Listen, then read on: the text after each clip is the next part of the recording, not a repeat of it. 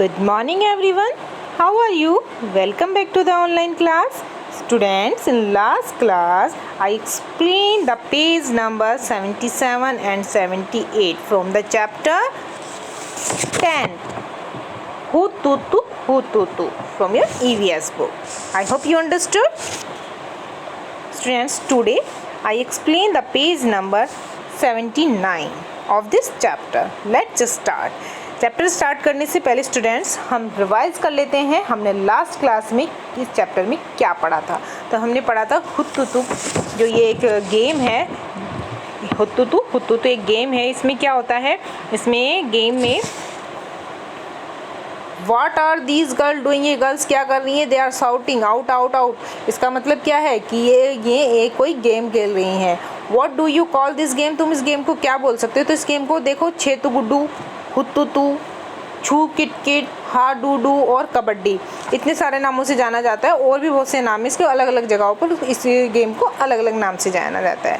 When 6 girls arounded Shyamala, जब 6 लड़कियों ने श्यामला को घेरा हुआ था एंड कॉट हर, और उसको पकड़ा। एवरीवन थॉट, सब सोच रहे थे दैट शी वाज आउट, कि वह आउट हो गई थी। समबडी कॉट हर लेग, किसी ने उसका पैर पकड़ा हुआ था। कि समबडी हर आर्म, किसी ने उसके हाथ को पकड़ा हुआ था। While one girl caught her by the waist, उसने और एक ने तो उसको वेस्ट से भी पकड़ा हुआ था। But Shyamala was not the one to give up, पर श्यामला जो थी वो गिव अप करने वालों में से नहीं थी। सी ड्रैग, वो अपने आप को आगे की तरफ खींचती है, हर सेल्फ, अपने आप को। And manage to touch the line, और जो सेंटर में लाइन बनी हुई थी उसको टच करने की कोशिश करती है और उसको टच कर लेती है। When Shyamala touch the line, और जब श्यामला लाइन को टच कर लेती है, all the girls of the opposite team were holding her, जब करती है तो ऑल द गर्ल्स, सभी अपोजिट टीम की जो गर्ल्स थी सभी ने उसको होल्ड किया हुआ था, पकड़ा हुआ था। So all of them out got out, और इसीलिए वो सभी गर्ल्स क्या है, आउट हो गई हैं, क्योंकि उसने लाइन को टच कर लिया था। बट रोज़ी आर्ग्यू, बट लेकिन उसमें गेम में एक रोज़ी नाम की गर्ल है जो कि आर्ग्यू करती है कि श्यामला ने जो है बीच में अपने ब्रेथ को वो किया था, taken, Shyamala had taken a breath in between, बीच में ही अपनी ब्रेथ को, मतलब वो सांस को तोड़ दिया था, एक सांस नहीं कंटिन्यू नहीं किया था। So the team was not out, इसलिए मेरी जो टीम है वो आउट नहीं हुई है। श्यामला इंसिस्ट करती है कि अगर ऐसा था, ये झूठ बोल रही है, ऐसा नहीं है, ये सच नहीं है। अगर ऐसा था तो फिर जब मैंने अपनी ब्रेथ को तोड़ा था, मेरी सांस जब टूट गई थी, मैंने सांस ले लिया था बीच में। Why did the girls keep holding her, उन्होंने मुझे पकड़ा हुआ क्यों था। There was a big argument, वहाँ पर एक इस तरीके से बड़ा आर्ग्यूमेंट हो जाता है। फाइनली डिसाइड होता है कि श्यामला जीत गई है, वन, है ना। तो हम इससे आगे अब नेक्स्ट चैप्टर को स्टार्ट करते हैं। When you play कबड्डी, जब तुम कबड्डी खेलते हो, how many players do you have in a team, कितने प्लेयर होते हैं इन अ टीम, एक टीम में कितने प्लेयर्स होते हैं जब तुम कबड्डी खेलते हो। There are 12 प्लेयर्स, यहाँ पर कितने 12 प्लेयर्स होते हैं इन अ कबड्डी टीम, एक कबड्डी की टीम में 12 प्लेयर्स होते हैं। 7 players play on the ground, ये ग्राउंड है, यहाँ पर आएगा the ground, GROUND, ground, and 5 players are reserve, और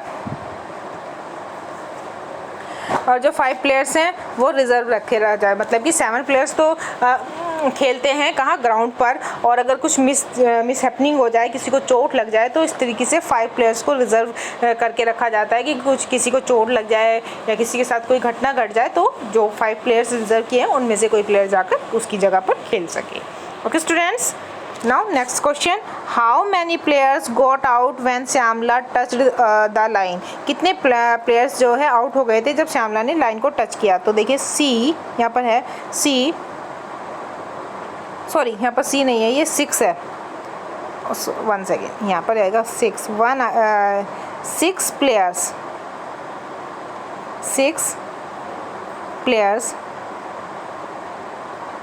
प्लेयर्स गोट आउट, जो 6 प्लेयर थे वो आउट हो गए थे। When Shyamala touched the line, जब श्यामला ने लाइन को टच किया तो 6 प्लेयर जो थे वो आउट हो गए थे।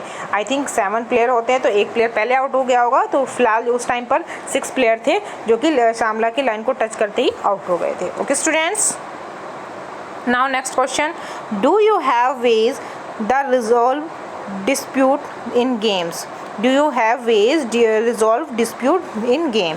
तो इसका आंसर है हमारा to resolve disputes in game we stay calm and listen to referee और एम्पायर। मतलब डिस्प्यूट इन गेम हमें रिजोल्व होना है। डिस्प्यूट इन गेम में वी स्टे काम, हमें धैर्य के साथ काम लेना होता है। लिसन टू रेफरी और एम्पायर की बात हमें सुननी होती है। ओके स्टूडेंट्स, ये क्वेश्चंस थे, इनको आपको अपनी ईवीएस की नोटबुक में नोट डाउन करने हैं। जो स्पेस आपको आंसर्स के लिए दिया गया है ईवीएस की बुक में करने हैं, नोटबुक में नहीं करने हैं। ओके, अब देखिए नेक्स्ट इससे आगे क्या है, द गेम ऑफ कबड्डी। अब कबड्डी के गेम के बारे में हम पढ़ेंगे। So this is what a game of kabaddi is like. So this is, ये कबड्डी का गेम है। पुशिंग, पुश करना, धक्का देना, पुलिंग, खींचना, स्क्रीमिंग एंड शाउटिंग, चिल्लाना, ड्रैगिंग करना, आगे की तरफ अपने आप को खींचना, and falling on the ground, और ग्राउंड पर गिरना। इट इज़ और रफ गेम, मतलब इतना सब कुछ होता है, एक दूसरे को खींचना, धक्का मुक्की, इस तरीके से इस गेम को खेला जाता है। It is a rough game है, कितना रफ गेम है यट, लेकिन फिर भी इट हैज़ मैनी रूल्स, पर लेकिन इसके कुछ रूल्स होते हैं। ऐसा नहीं है कि अपनी मर्जी से आपने किसी को धक्का दे दिया या किसी को आपने खींच लिया, इस तरीके से नहीं। वो रूल को फॉलो करते हुए ही आपको धक्का देना, खींचना करना है, अपने आप को ड्रैग करना है, अपने आप को, मतलब किसी ने अगर आपको पकड़ लिया तो अपने आप को आगे की तरफ लेकर जाना है, उनसे छुड़ाने की कोशिश करनी है, ठीक है। इट्स लॉट्स ऑफ फन, इसमें मज़ा भी बहुत आता है, लॉट्स ऑफ एक्सरसाइज, और हमारी बॉडी की एक्सरसाइज भी बहुत ज़्यादा हो जाती है। Holding your breath while running and continuously saying kabaddi kabaddi kabaddi, and also trying to touch the player of the opposite team. अब देखिए इसमें क्या कर रहे हैं कि होल्डिंग द ब्रेथ, आपको अपनी ब्रेथ को भी होल्ड रखना है, मतलब अपनी बीच में सांस नहीं लेना है, एक सांस में आपको कबड्डी कबड्डी कबड्डी कंटिन्यूसली बोलते रहना है। और ट्राई करना है जब आप दूसरे टीम की तरह साइड जा रहे हो, लाइन को क्रॉस करके दूसरी टीम में जाते हो, और वहाँ पर जाकर आपको ट्राई करना है कि कोई प्लेयर आप टच कर दो और अपनी अपोजिट टीम का कोई भी प्लेयर को टच करके वापस अपनी उसमें आ जाओ, एरिया में आ जाओ, लाइन क्रॉस करके। ओके, तो देखिए यहाँ पर क्या कह रहे हैं, so many things to do in kabaddi, कितने सारे काम एक साथ कबड्डी में करना पड़ता है। मतलब अपनी सांस को एक साथ कंटिन्यू बना के रखना, होल्ड रखना है एकदम, कबड्डी कबड्डी कबड्डी कंटिन्यूसली बोलना होता है। फिर लाइन क्रॉस करके हम जाते हैं तो दो अपोजिट टीम के प्लेयर को हमें टच करके वापस आना होता है। You can do this as long as you can hold your breath, और तुम कब तक कर सकते हो, जब तक कि तुम जितना लंबा अपने सांस को रोक सकते हो, एक साथ में आप कबड्डी कबड्डी कबड्डी कबड्डी बोल सकते हो। और जब आपको लगता है कि हमारी सांस टूटने वाली, तो आप अपने एरिया में वापस आ सकते हो, अपने पार्ट में वापस आ सकते हो, ठीक है, दौड़कर आ जाओ। अगर ऐसा नहीं होगा और आपका वहाँ पर दूसरी जो अपोजिट जो टीम है उसके एरिया में अगर आपकी सांस टूट गई तो उन्होंने आपको टच कर दिया तो आप आउट हो जाओगे। ओके स्टूडेंट्स, समझ में आया ना किस तरीके से कबड्डी का गेम खेला जाता है। You need to use both your body and mind in this game, और इसमें तुम्हें ज़रूरत होती है अपनी बॉडी की स्ट्रेंथ की, ताकत लगा के बॉडी का यूज़ करने की, और अपने माइंड का, साथ में अपने माइंड का भी यूज़ करना होता है आपको, कि आपका माइंड कितना शार्प है, आप कितनी उससे सोचते हो, किस तरीके से गेम खेलते हो। You have to use your strength, तुम्हें क्या यूज़ करनी होती है, अपनी स्ट्रेंथ का यूज़ करना होता है, अपनी ताकत का यूज़ करना होता है। टू पुल और स्टॉप द प्लेयर्स, मतलब जो कि स्टेयर्स पुल मतलब खींचना, जो प्लेयर्स होते हैं उनको खींचना है, उन्हें रोकने की स्ट्रेंथ होनी तो चाहिए, तुम्हारे अंदर ताकत होनी चाहिए कि अगर तुम दूसरी अपोजिट टीम की साइड गए हो, कबड्डी कबड्डी कर रहे हो, उन्होंने तुम्हें पकड़ लिया है, तो तुम अपने आप को उनसे छुड़ा सको, उनसे खींच कर अपने आप को लाइन को टच कर सको, जो बीच में सेंटर में लाइन बनी होती है। Okay students, at the same time, और सेम टाइम पर ही यू हैव टू थिंक, तुम्हें सोचना होता है about how to enter the other side, तुम कैसे दूसरी साइड एंटर होगे, किस तरीके से। यू हैव टू डिसाइड, तुम्हें ये भी डिसाइड करना होता है होम टू टच क्विकली, तुम्हें जल्दी से किसी को टच करना है, किसे टच करना है, एंड कम बैक, और टच करके वापस आना है।